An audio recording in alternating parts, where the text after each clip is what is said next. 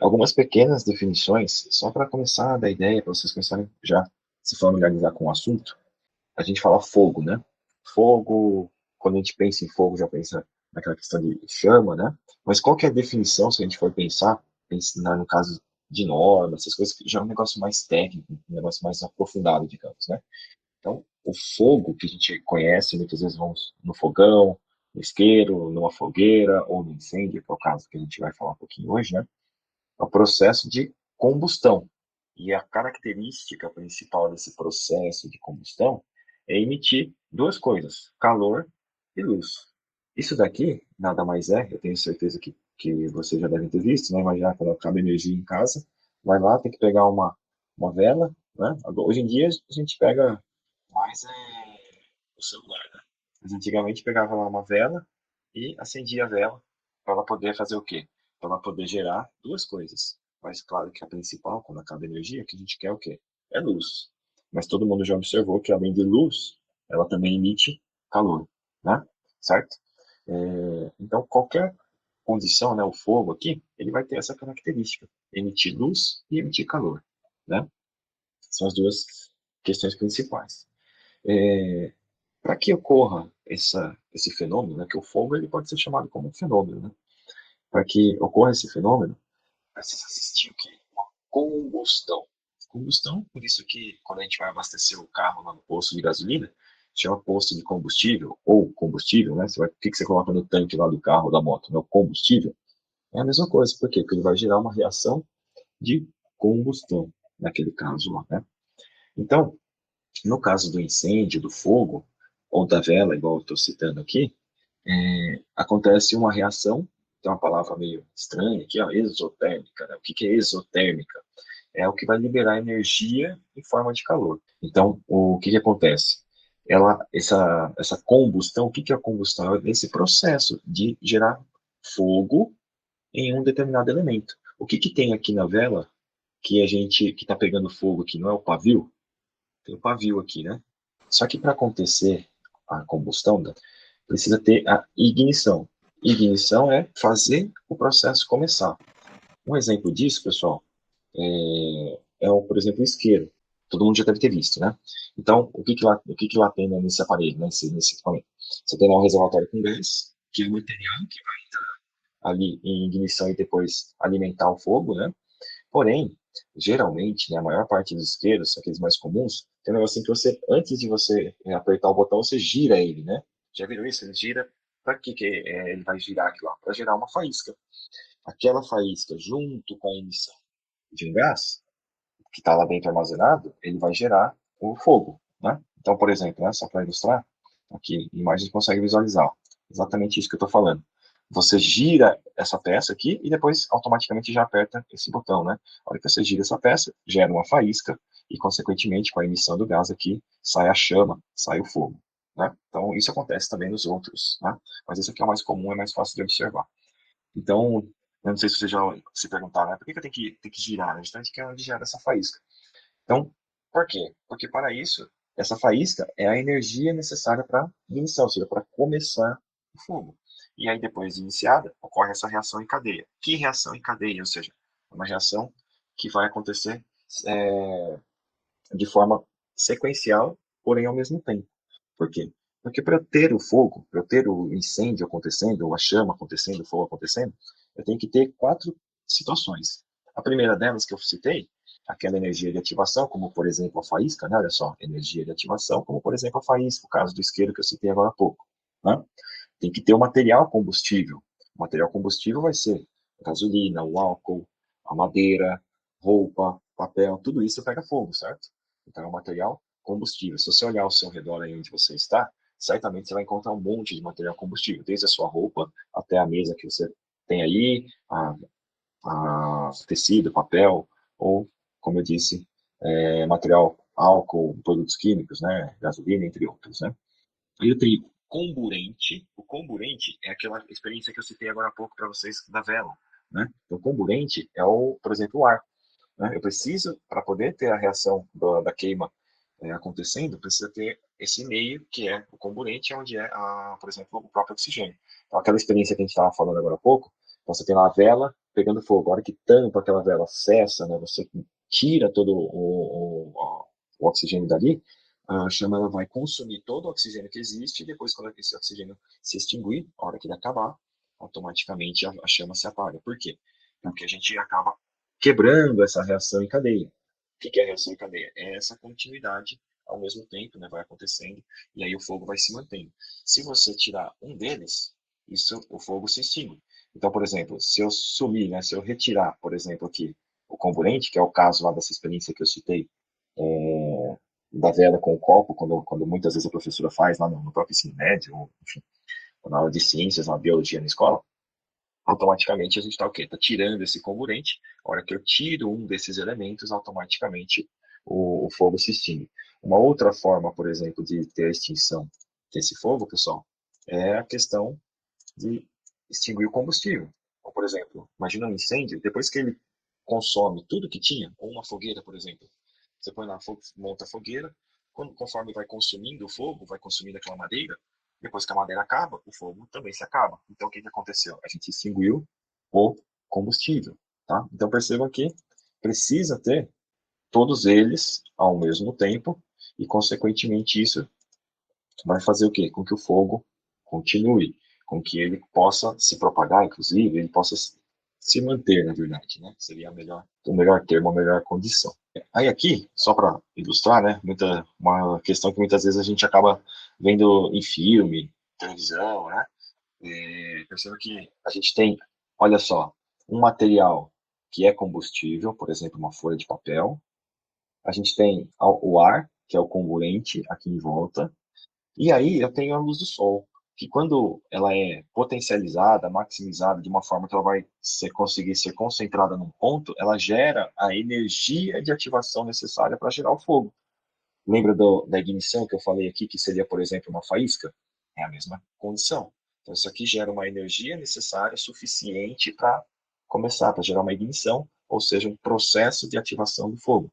Um outro exemplo que eu acredito que todos também já tenham visto, principalmente em filme, né? Quando pega-se duas pedras e começa a bater uma pedra na outra, né? Até sair uma faísca que consiga colocar em fogo, né? Aquela palha que está por ali, por exemplo, né? Então, talvez eu tenha visto isso.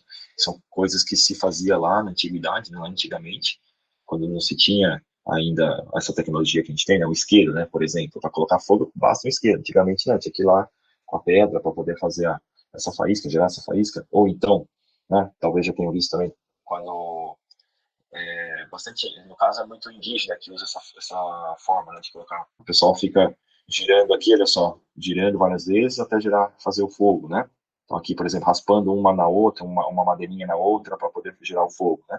Então é a mesma coisa, ou seja, o atrito entre esses dois materiais, ele vai aquecendo a madeira até chegar numa temperatura que é a temperatura de ignição, isso faz com que o material aqui pegue fogo, entre em combustão. Aqui é a mesma coisa, centralizei, convergi toda os raios solares num único ponto e, consequentemente, chegou a uma temperatura que entrou em ignição o papel. Né? Só para ilustrar várias formas daquilo que a gente já estava falando desde o começo. Né? E existem algumas formas do calor ser transmitido, né? Para ele poder ser propagado, digamos assim. Né? Então, desde que o fogo se inicia, vai acontecer algumas formas de transmissão desse calor ou dessa energia. E basicamente nós temos três formas. Aqui tem algumas figuras, mais adiante tem mais, para ajudar a ilustrar isso. Tá? Coisas bem do cotidiano. Então, por exemplo, uma das mais simples, que também acredito que todos já tenham passado, imagina uma panela, uma frigideira, no caso uma panela aqui, que é toda de metal. A hora que ela é aquecida lá no fogão, se o cabo dela também for de metal, o cabo também esquenta, certo? Uma outra questão também, né? Você começa a mexer a água quente com uma colher também de metal. Com o passar do tempo, aquela colher também vai esquentar. Deixa lá a colher junto com a comida quando vai aquecer a comida, né? Na hora que você vai pegar a colher está quente. Né? Então, houve o aquecimento através desta forma de transmissão, ou seja, condução. Por isso que hoje em dia os cabos das panelas não são mais de metal, ou cubas, né? É bem raro isso acontecer aí. Ou são de madeira, ou são de outro material, né?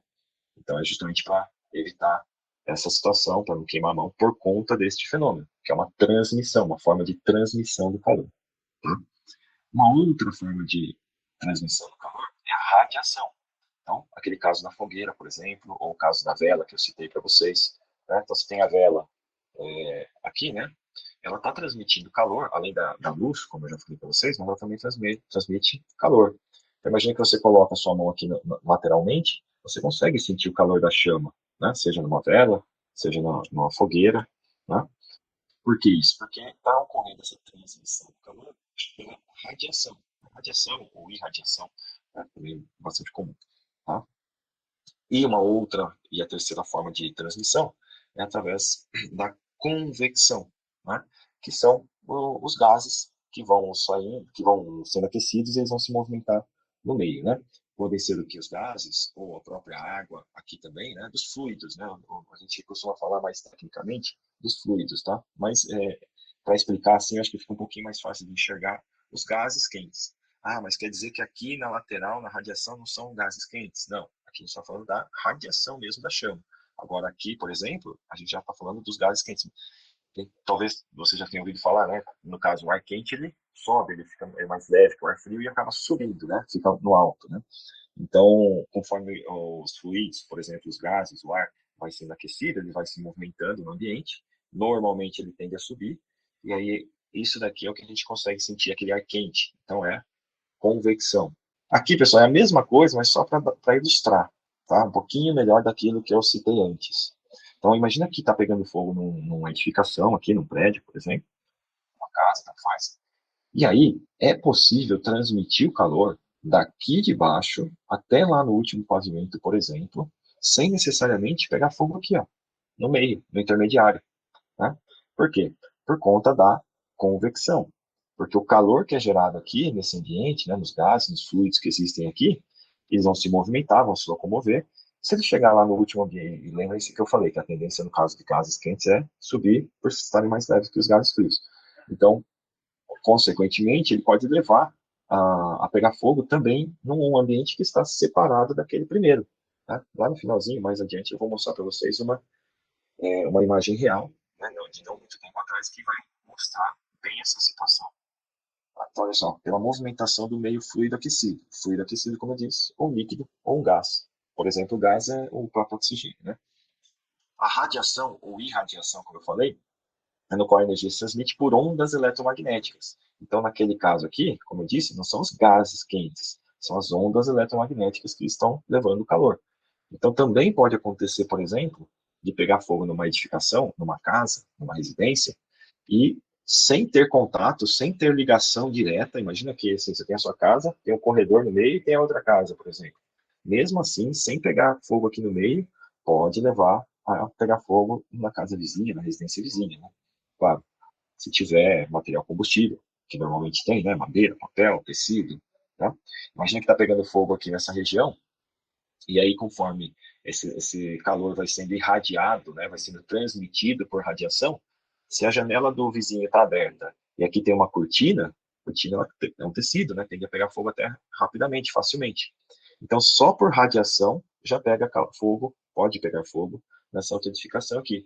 Não é que veio um pedaço de fogo daqui, foi para lá e tudo mais, uma fagulha, né, igual a gente vê muitas vezes até também em filmes, uma coisa assim, pode acontecer isso, sim. Mas também essa transmissão por radiação é bastante comum. Nesse exemplo lá no final, também vai mostrar um pouco disso, tá? E aqui por condução, que é um pouco mais fácil de se enxergar. Então, olha só, pessoal. Imagina que está pegando fogo nesse pavimento aqui, neste andar, e aí, automaticamente, os elementos que estão aqui, eles vão ser aquecidos. Então, essa laje aqui, ó, esse piso, né? Ela vai ser aquecida e pode ser que, porventura, por acaso, pegue fogo aqui para baixo também. Ou para cima, olha só, esse mesmo fogo está aquecendo aqui a laje de cima por condução e pegar fogo logo acima também. É o mesmo caso aqui, né? Então tem um fogo se espalhando aqui, aquece um elemento, né? E aí com isso o pavimento logo acima ou logo abaixo também pode entrar em situação de fogo, incêndio, por conta disso, que aí a transmissão se deu por condução. Né? Então, essas três formas de se transmitir o calor, elas existem. A gente já viu exemplos, mas não sabia o quê? Não sabia diferenciar. Por quê que eu estou falando isso? Porque eu tenho certeza que todos vocês já sentiram, às vezes, a colher ou o cabo quente quando aquece a panela, já sentiu o calor de uma vela, de um fogo por radiação, e também já sentiu o calor sendo transmitido através dos gases quentes, né? No dia a dia, digo, né? E só talvez não tinha percebido, né? A gente acaba não percebendo que existem, são formas diferentes de se transmitir. Mas esses exemplos aqui, muito provavelmente vocês já passaram no dia a dia de vocês. E aqui, olha só, é um exemplo de todos eles acontecendo, né? Então, se vocês observarem, eu tenho a condução, que é aquele caso que eu mostrei para vocês, ó. Olha só aqui, uma ilustraçãozinha, né? Então, aqueceu bastante aqui a laje, que porventura, por acaso, pegou fogo no pavimento logo em cima. Aqui. Ou então está pegando fogo aqui, nesse andar, e aí os gases quentes todos aqui, olha só, subiram pelo elevador, pelo buraco do elevador, e aí acabou os gases quentes chegando lá no último andar e fazendo com que pegasse fogo lá no último andar também. E além disso, a radiação, as ondas eletromagnéticas, lembra? Ela leva o calor até um outro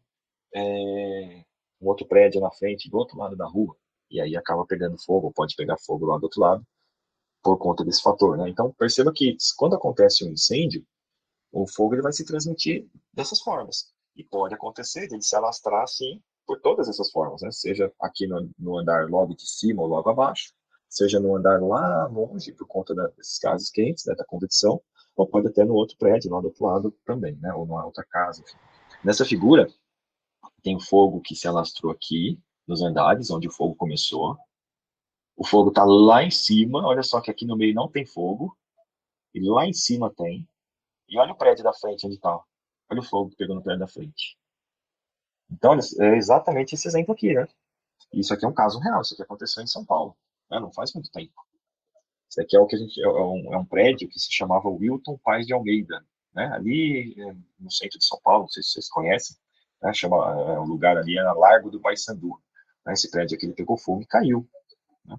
E ele é um exemplo real de, daquilo que a gente está falando aqui, né, teoricamente, né, na teoria, que pode acontecer na prática, olha só.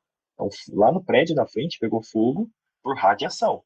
É lógico que quanto mais fogo eu tenho aqui, mais forte essa radiação, então maior a chance de passar esse fogo para um vizinho, por exemplo. Agora, essa questão que a gente estava falando de passar ou não, depende muito do que tem lá dentro, né? Então, se tem muito material para pegar fogo, então a chance de isso acontecer em maior intensidade é maior.